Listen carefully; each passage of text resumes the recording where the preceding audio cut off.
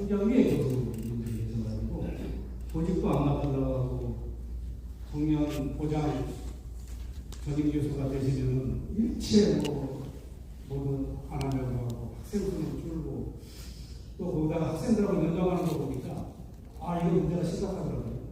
아주 각각 의뢰관계에서 학생들을 연장하더라고요. 이제 학점이라는 게 있고 이제 또 취업 관련해서 이제 추천 이런 게 있다 보니까 특히 저희 같은 경우는 거의 LG로 취업을 하고 50분 하거든요.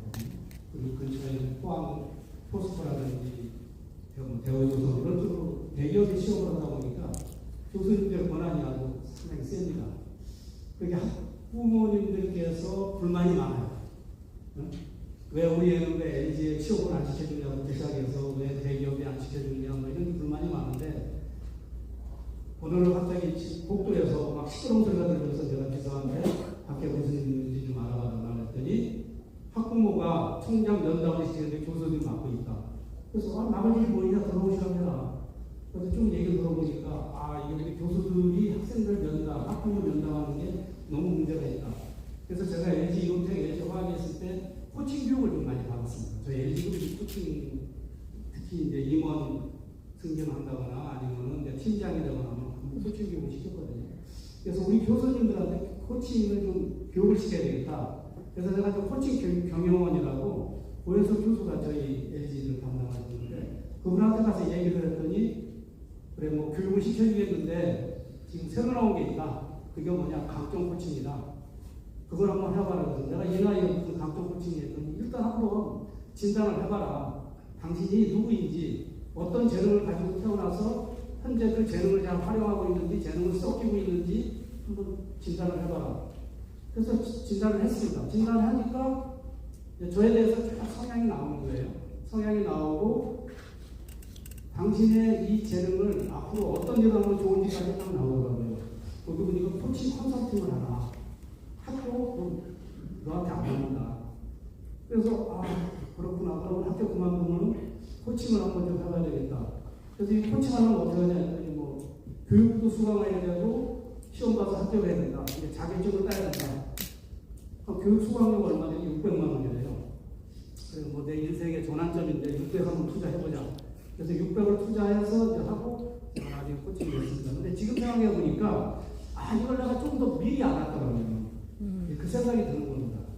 이걸 내가 좀 더 미리 알았다면 내가 LG화학 사장할 때, LG그룹 사장할 때 좀 더 우리 직원들의 재능을 잘 활용해서 더 좋은 성과를 낼 수 있었을 텐데 어떻게 보면 전부 나 같은 사람이 되라고 했고 전부 나의 재능만 가지고 회사를 운영한 건 아닌가 그런 생각이 들었습니다.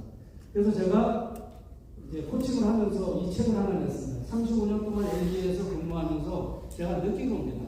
저는 교수도 아니고 연구하는 사람도 아니지만은 도대체 리더십이란 무엇이냐.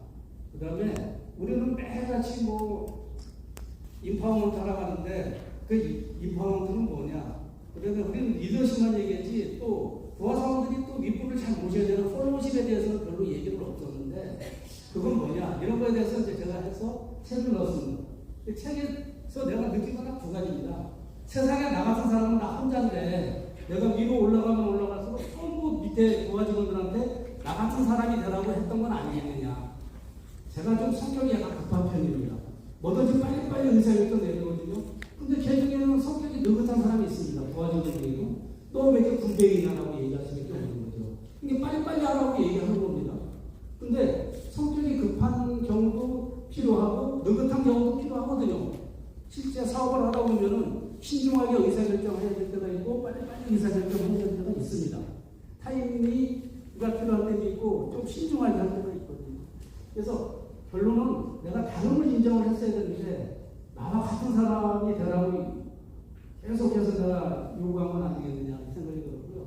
또 하나는 위로 올라가서 나만 잘해서 성과내기가 어렵다. 내가 아무리 잘해도 밑에 놈들이 이상한 도덕적으로 문제되는 아니면 금전적으로 문제되는 이런 행동을 하게 되면 결국 그 책임은 제가 질 수밖에 없는 거예요.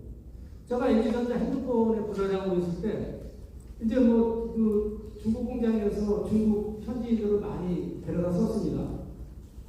근데 아무리 뭐 여권을 갖다가 가지고 있다 하더라도 그냥 도망가면 그 다음에 또 영향을 주고 또 뭐 거기 기숙사 평택 그 공장 입구에 기숙사가 있는데 하루가 멀다 하고 사고가 나요. 뭐 남자친구가 헤어진다고 해가지고 그래서 떠내리지 않나 뭐 별일이 다 있습니다. 그것도 다 제 책임이거든요. 그런데 결과적으로는 남한 자리에서 성과 내기는 어렵다.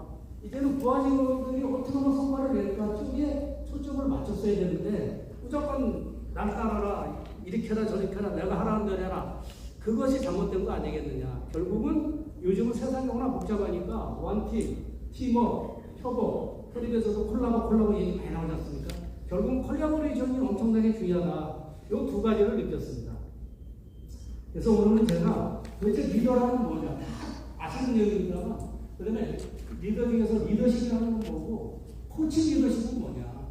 우리가 리더십 하면은 뭐 서번트 리더십이다, 뭐 카리스마 리더십이다, 히딩크가 무슨 뭐 축구에서 4강 신화이고 또 히딩크 리더십, 박항서가 베트남에서 무슨 잘하면 또 박항서 리더십, 형님 리더십 이런 얘기 많이 하지 않습니까? 결국 리더십이라는 것은 성과거든요.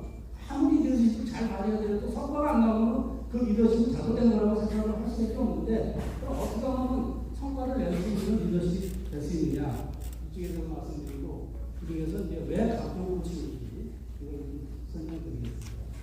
리더는 뭐 지금 여기 계신 분들 다 리더지만은 사실은 과장도 리더고 입사해서 밑에 부하사람 있으면 다 리더거든요. 집에서도 여러분 다 리더고 결국 무슨 얘기냐 자기가 속한 조직에서 단 한 명이라도 부하사람 있으면 리더라는 얘기죠. 꼭 단체의 장관이 리더는 아니다. 옛날 같으면 사장님이 리더였고 나머지는 다 리더가 아니었는데 요즘은 각자 다 리더라는 얘기입니다. 그 다음에 능력과 역량. 그럼 리더는 어떻게 되냐? 옛날에는 능력만 보고 뽑았습니다. 그래서 자격증 있냐 없냐, 토익 점수가 몇 점이냐 그런 거 가지고 쉽게 선발을 했습니다. 뭐 기사 자격증이 있냐 이렇게 보고. 근데 요즘은 능력은 누구나 다 있습니다. 그리고 없어도 인터넷 들어가면 다 배울 수가 있습니다. 또 뭐가 필요한 거냐? 역량이라는 얘기거든요. 통합 컴퓨터스인데 이건 뭐냐? 능력을 실현하는 힘입니다. 능력만 있지 움직이지 않으면 안 되지 않습니까? 결국 얼마나 그것을 밖으로 내가 뽑느냐 이게 결국 역량이라는 얘기죠. 그 다음에 지식과 지혜. 지식 몰라도 됩니다. 옛날에는 정보가 어느 특정 계층에 의해서 복잡되고 그 다음에 백과사전이 있는지 거의 없었고 그리고 인터넷도 없었고 하니까 경험이 엄청나게 중요했습니다. 그러다 보니까 뭐 연세 많으신 분들이 경험이 많으니까 그분들이 많은 지식을 갖고 있었는데 요즘은 필요 없습니다. 뭐 술 먹다가도 이 사람 얘기하면 인터넷 들어가보면 아 뻥이네 바로 얘기 나오고 있습니다. 그렇게 마찬가지로 이제 지식을 어떻게 써먹느냐는 지혜가 필요합니다. 그래서 리더는 능력보다는 역량이고 지식보다는 지혜가 필요한 사람이다. 그렇게 얘기를 하고 있고요. 그 다음에 좋은 리더는 여기 지금 나와 있습니다. 제가 입사할 때도 그랬습니다. 위에서 저를 고파하지 않습니까? 평가할 때 당신은 뭐가 부족하니까 이걸 모아내라. 주로 잘못된 걸 지적을 많이 합니다. 근데 그 잘못됐다는 것은 누구 기준입니까? 상사 기준이거든요. 자기는 아는데 잘 못한다. 그러면 너 이거 잘못하고 있다. 나는 잘하는데 너 못한다. 그러면 지적하는 겁니다. 근데 대법에서 계속 연구한 바에 의하면 약점을 아무리 모아내도 강점이 안 된다고 얘기합니다. 근데 우리는 여태까지 어떻겠습니까? 상사가 부하사람 관리할 때 계속 잘못된 걸 얘기를 해주고 있거든요. 그 다음에 부족한 걸 얘기해주고 있습니다. 보완하라고. 근데 그렇게는 필요가 없다. 그래서 무능한 리더는 약점 발굴에 바꾸다 되는 거예요. 그 다음에 인류 리더는 부하사원에 드러난 강점만 활용하는 거고, 인류 리더는 뭐냐? 저 친구의 잠재적인 문제를 찾아가지고, 즉 재능을 찾아가지고 그것까지 키워주는 거예요. 이게 인류 리더라는 얘기입니다. 그럼 지금 무슨 얘기냐? 좋은 리더라고 하는 것은 이제는 부하사원들이 어떻게 하면 일을 잘할까? 어떤 일을 시키면 성과를 낼까? 이쪽에 포커스를 맞춰야지. 저놈은 왜 오늘도 일을 잘 못할까? 제가 안 되겠어. 차라리 내가 하겠다고 해가지고 업무도 안 주고 이렇게 되면 그 친구는 나간다. 특히 요즘 젊은 세대는 내가 회사에서 뭔가 기여를 하고 있다, 인정받고 있다 이런 생각이 안 오면 나가버려요. 사람 구하기도 어렵지만 뽑기도 어렵지만 리텐션이 엄청나게 중요하다는 걸 알고 있어요.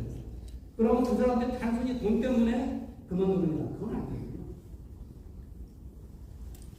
이게 차별화 통보만 했습니다. 대다수의 접근 방식은 지금 여기 나와 있는 것처럼 약점을 보완하려고 합니다.